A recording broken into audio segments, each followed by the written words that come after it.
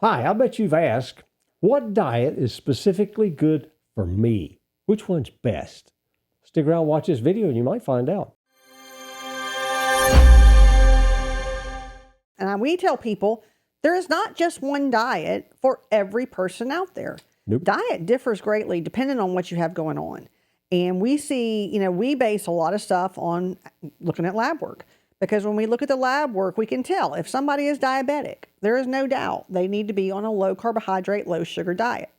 And if they don't, there's no way they can control that diabetes. Because I have people come in, they've on 5 different diabetic medications, and their A1C is still off the chart high.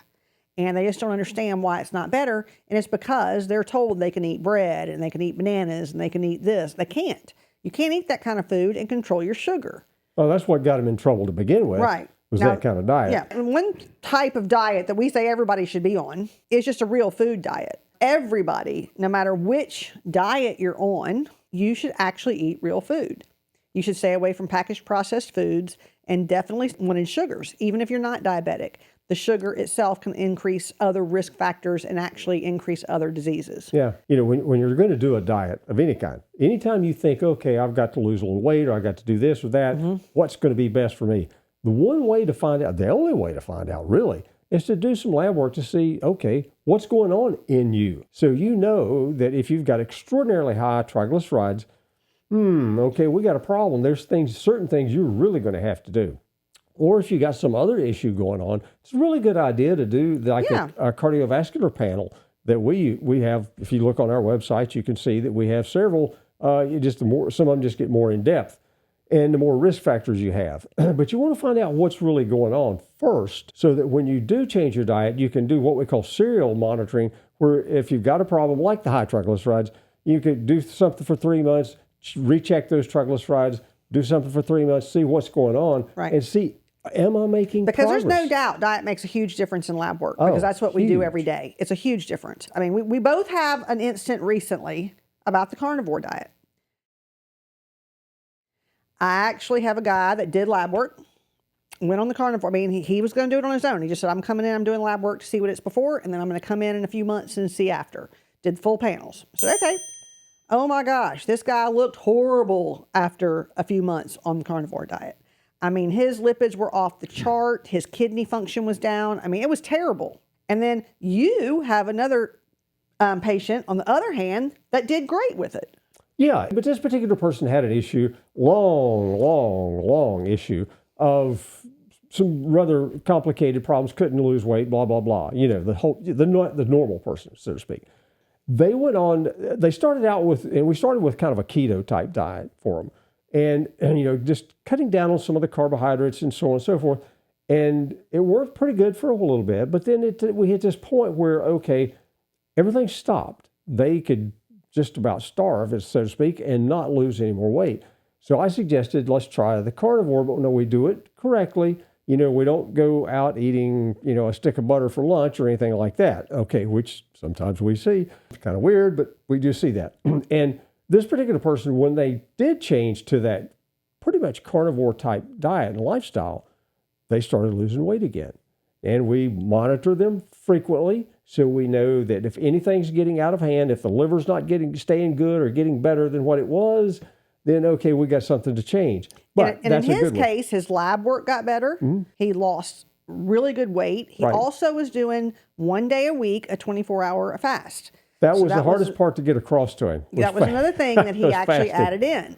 So he had a patient that did great on the carnivore diet. I had a patient that, oh my gosh, I'm like, you better stop doing this now. And I honestly, the guy did it on his own. He did not do it under my advice. And he may have been doing it completely wrong. Not sure. Because we've seen some research out there on people that have done 6 sticks of butter a day and, pounds of cheese and huge amount. I mean, all this stuff, and they say they're on the carnivore diet. That's just a stupid diet to me. I mean, honestly, it really is. I mean, nobody needs that many calories for one, because you still have to look at calories. Now, every calorie is not the same. Nope. I completely agree with that. There's no doubt that your sugar and carbohydrates definitely tend to make more weight gain.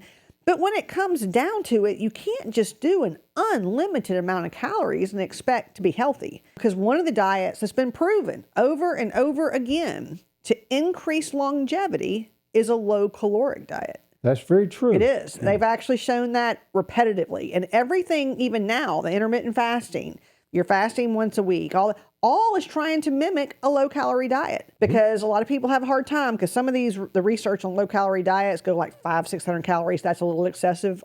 Also, because it's hard to do. So everything is always looking to try to mimic a low-calorie diet. So I do think lower calories is healthier because it takes less that the body has to process. So if you think about it, everything you put in, your body has to work to do something with it. So if you don't put in as much, then you don't have to work as hard. And that's easier on all your organs. You know, we've kind of talked about low-caloric diet, carnivore diet, you know, the keto diet he mentioned. And keto's been great for some people. Keto diet's great for seizures. It's great for brain. It's great to work off of ketones. The majority of the people that I see coming in don't do the keto diet correctly. They'll say they're on keto, and I'll look at their lab work and say, you sure don't look like you're on keto. Your triglycerides are high. Your A1C is high. I mean, it doesn't look like somebody on a keto diet. When you start talking to them, oh, well, I mean, I still eat my ice cream at night, or I still do that. You can't do that if you're going to do a keto diet, because research has shown that it is so damaging to cheat on a keto diet. And to me, it's a diet that is too strict to stay on forever. And I tell people every day when I do lab work on people and I go over their lab work with them, I say it's got to be a lifestyle change that you can live with. Yeah, it has to be something you can live with. We don't want a diet per se. Well, yeah, it is your diet, but it's not a diet that you do for a month and get off of. Health is long term, and you have to do it long term in order for it to work for you, no matter what you do. Yeah. And because how many people have you heard, I went on this diet, lost all this weight, got off of it, gained it all back, and then some. So it's not the way to go. It's got to be a way that you can stay on it. It's got to be to where it's satisfying for you. But again, it's got to be long term. I do think lower sugar, lower carb in most cases. Or at least using complex carbohydrates. Right, using complex carbs. Yeah, doing the right foods. Changing the type of carbohydrates you're eating. Yeah. You know, because I talk to so many people and, well, I love my pasta. Okay, well, that's probably not the best. You know, here you are, 30 pounds overweight, and you're asking me about what do I got? What pill have I got? You know, of course, they're looking around our store saying like, oh my God, what pill have you got that I can lose weight with? None. You're going to have to cut out the pasta. Okay. Can we live without pasta? You bet. And there's no doubt about it. And I've had quite a few people and it's always kind of funny. Well, I'm Italian, so I have to we hear that a lot. We hear that one a lot, you know.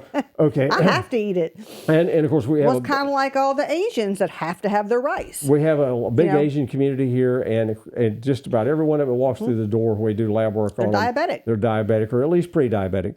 And you know, if you talk to them about it, you know, they eat massive amounts of rice. They go to somewhere like Sam's or Costco or somewhere, and they buy like 50 pounds of rice. Probably not the best way to do it, you know.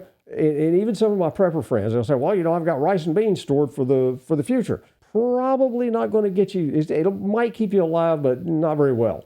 And we see so many people that just, when they come in, they're telling us about what they eat, how they eat, and it's just really messed up. I don't know where they're getting their information from, but when you talk to them about, okay, well, you pasta, you can't eat the rice, you can't, you know, you just can't do that. Right. If we do, you know, because you're already pre-diabetic. If you keep doing that, you're going to be diabetic. I can promise you that. You're headed that way. And we can see that on lab work. What really is kind of frustrating is sometimes people will get started, they'll do the lab work, they'll get started, and then we may not see them for a year. They're supposed to come back for like a 3-month follow-up, then they don't. You know, that's human nature, I guess. But they come back a year later, and they're worse than they were when you saw them the first time. What are you doing different? Are you still doing this diet we talked about, you know, reducing those starchy carbohydrates and stuff?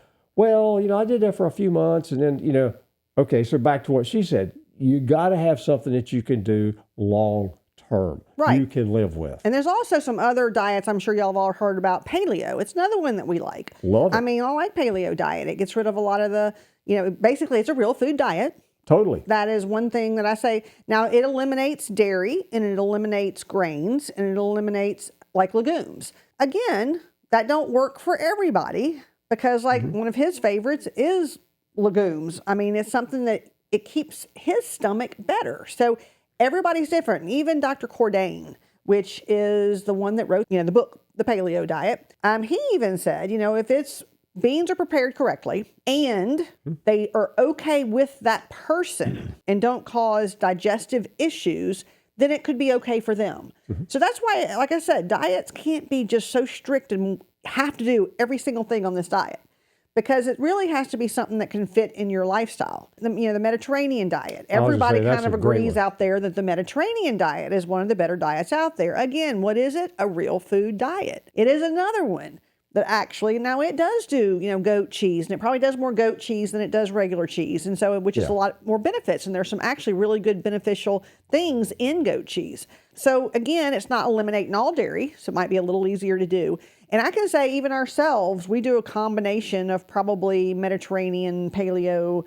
I mean, we kind of do a combination. We do a real food diet. Everything's real food. Right. And we do try to stay more on the lower carb because of issues that he has had in the past. High triglycerides, for one, when he was young. So we have to do stuff to control that. And he does have the cardiovascular risk in his family. We do still eat things that taste really good. And that's what you gotta do is you gotta learn how to cook for you. You're not gonna probably find it at a fast food restaurant. You're probably not gonna find the perfect diet out, because when you go to a lot of restaurants, they're just gonna make it taste really good because they want you to come back. It ain't about healthy in most cases. Now, there might be some out across the country, but we're in the deep South and we really don't have many around where we are that is mostly for health. There are a few, and we frequent them. If we're going to eat out, that's where we're going to go eat out. And so we eat mostly, like she said, real food. Real food. And one thing we have coming up that we're going to be doing really soon, and hopefully really soon, is we're going to start doing some cooking shows. Because I have had everybody. I tell people when they come in as patients, I start saying, no, you can still have that, but you got to make it this way. And they keep saying, why don't you make videos on how to cook it? And I'm like, well, I really should. I just haven't. But I've cooked like that for years. And he grows food. He has a garden out back. So we're going to start doing some videos on gardening, how to grow your own food, which actually is so much better if you can. Oh, yeah. I mean, that's always the best. If you grow your own and pick it while it's ripe and not wait until, pick it raw, spray it. And, people in the grocery stores, they're telling how long ago it's been picked. But if you can keep the critters from eating it before you get it, and that's one of the problems that we have. So we'll do videos on that. And we're going to start doing some videos on I cook, I guess I'd say healthy Southern. I would call it healthy Southern. Healthy Southern, but it's real food. It is, but it is Southern cooking. But it all tastes really good, because every time any of my friends come over and eat, they're like, oh my gosh, this is better than any restaurant. It's not bad for you. I mean, I do not use seed oils. I don't deep fry anything like most of the South. I will what I call fake fry it. And we will have videos on how to do that, which we call fake fried. It's really not fried, but that's our terminology, but still. It mimics it, and it mimics the flavor and the taste without doing it. So that's what you got to learn how to do, is probably maybe learn how to cook better. And learning how to cook, you can actually be way healthier and still have things that are really good. And then another thing I think is important, especially in today's crazy world, is you have to food prep, because even, we work. I can't cook every day. I mean, I guess I could, but I don't want to. That's kind of like most people out there. So I do prep on the weekends for food for the rest of the week. Yeah. And I do, prep stuff and freeze part of it. And then you have it cooked later without having to cook it. So there's a lot of things that you can do to actually do it ahead of time, to where you're not always standing in the kitchen. Because believe me, cooking to me is an essential. I don't mind it, but I sure don't want to do it all the time. So I'm kind of like everybody else out there that, you don't want to just stand in the kitchen all the time. Right. So you just have to learn how to food prep, and we'll go through some videos about that. Yeah. In other words, what she's really talking about is kind of behind the scenes. How do we live? How do we live? Because we practice what we preach. Yeah. There is no doubt about that. Yeah, I've seen, a lot of people. It's really kind of funny. Somebody will come over and we're grinding einkorn, which is a type of wheat, ancient wheat, but we're grinding einkorn to make a loaf of bread. Now, we don't eat a lot of bread, but we do make it some occasionally. And I'll be grinding the einkorn so she can make a loaf of bread, and they say, you actually grind your own grain? Yeah. Yeah. I mean, yeah, we do. I mean, you can't go down to the grocery store and buy this stuff. So sure, that's what we do. And it's fresh that way. And we'll show you, little tidbits and stuff like that. And it's really easy to make.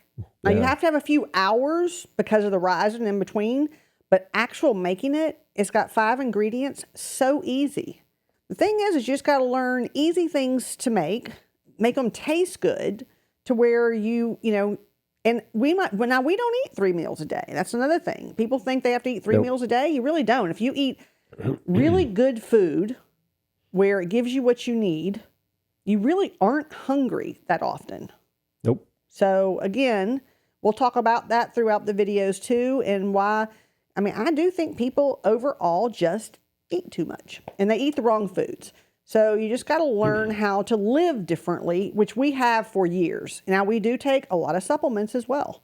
So we do take our supplements. I always say we're our best customers because we take more than anybody that comes in. But in the past, we've both had issues. I had childhood diseases that I was on huge amounts of medication for when I was in high school.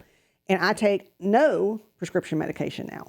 Right. So I do it with supplements. So their supplements can definitely, help with a lot of the problems that you have as well. And then in his case, a lot of cardiovascular issues, lots of really bad family history. And that's one reason why we've had to cook the way we have for so many years. Right. He told me a long time ago, probably 30 years ago, that I can't live to eat. I have to eat to live, or I won't live very long. Exactly. And and that just that reframing it into, okay, you eat to live. I mean, you don't just, and I know too many people that just live to eat. Oh my God, That's what you just got to do. You got to change your lifestyle. It's not just really, you can't think of it as a diet. Well, a diet just means what does an animal eat? Right, and we're an exactly. animal. And so what do we eat? And if you think back about it, all of our ancestors, different parts of the world, all over the world, and go back 20, 30,000 years ago, a lot different than what we talk about, not just like great grandpa. We're talking about a long time ago. We all came from different parts of the world, and, different food sources were there. So we adapted to those food sources. Now in modern life, we've come together and everybody wants to put it into a specific quote unquote diet, do this or die, right, kind of thing. And that's not what it's all about. Like she said, one of the things that we talk about doing, and I think anybody that's getting ready to change their diet at all, first thing you want to do, see where you are. Yeah, do some lab work. Find out where you are. Find out when you do make those changes, what is it doing? Is it making positive changes for you? If it's not, then maybe you need to do something different. And so that's why I say there's not one diet for everybody. No. Because people are different. And people need different diets. A kidney patient is going to need a totally different diet than the bad thing is a lot of kidney patients are diabetics and they've went to past a point where it's damaged the kidneys to a point, and the diet they really need is a diabetic diet and higher protein, but they can't do it because of the kidneys. So that's what we help people with, trying to figure out what they can make for them and what helps with their situation. She brought that one up about the diabetic with bad kidneys, and it happens all the time. Oh yeah, we see that a lot. A lot. And of course, like I say, that's a real challenge on our part to help them come up with a diet that they can live with that won't just completely destroy their kidneys. Because if you go on a super high protein diet, you probably won't have a kidney left. No, and kidney disease is one of the things that definitely has a specific diet. We had a friend years ago that had one of the worst kidneys. He had polycystic kidney disease. Yeah. He actually needed a kidney transplant. His was that bad. So we told him what to eat, what not to eat, whatever. And he did it because he was very strict on anything he did anyway. Well, his kidney function, we maintained it to where he did not have to go on dialysis. But his kidneys on imaging were so severe, and they had put him in, they were doing all the testing for the kidney transplant, and if he qualified and everything, they come in and they said, we don't understand, on all the imaging that we do on you, your kidneys are like the worst of all those people down there in the dialysis center. But yet you're not on dialysis, and I don't get it. And he said, well, you know what? If I ate what y'all kept feeding me while I'm in this hospital, I would be right there with them. And that's kind of what he told the doctors is, it's because of the way I eat. And he did take a lot of supplements.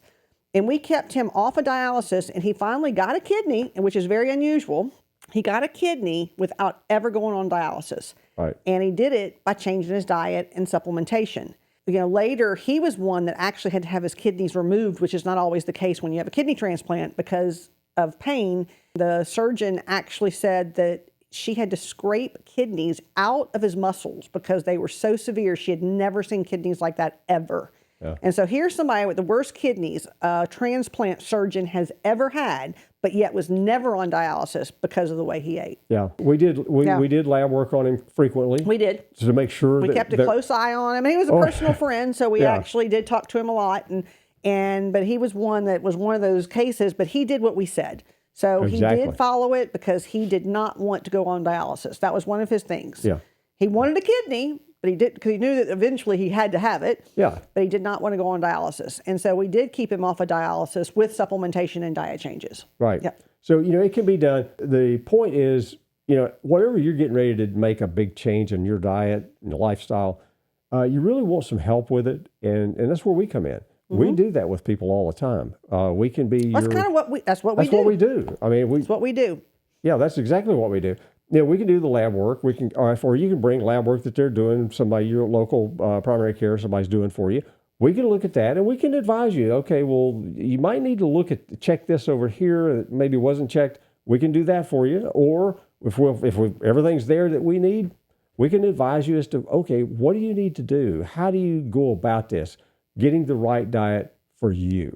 Now make sure you sign up to follow us, because when these videos start coming about how to cook and how to garden and stuff like that, you want to make sure you see them when they come out. And that's the best way to do it, is to follow us. Yeah, and just hit that little like button down there. That kind of tells YouTube that, hey, these guys are actually worth sticking around for. So that's always a good thing to do. So like, subscribe, ring the bell, whatever you have to do for YouTube. And we appreciate you being here today. Yep, and we will be back soon.